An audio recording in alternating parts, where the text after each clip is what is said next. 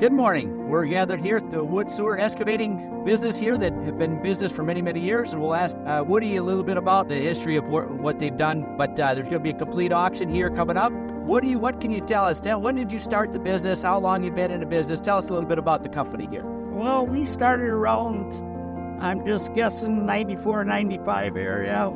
Been over 30 years we've had this. And we started out with a 79 International dump truck and a small excavator, and it just kept making everything work, and my boys got interested in it, and so now they figure it's time that we maybe relax a little. We've got Ted and Dusty here, and they'll give us information about the equipment, when they bought it, several pieces, a lot of it they bought new in the last few years. Super, super clean, well-maintained stuff. 2017, that's got a roughly 5,300 hours on it. The next one we purchased would be the 355, and that's got like 2,800 hours, I believe. Yeah. Both of them are completely plumbed. One got a Geeth quick coupler, and the other got a mobile quick coupler. Plumbed for third auxiliary hydraulics.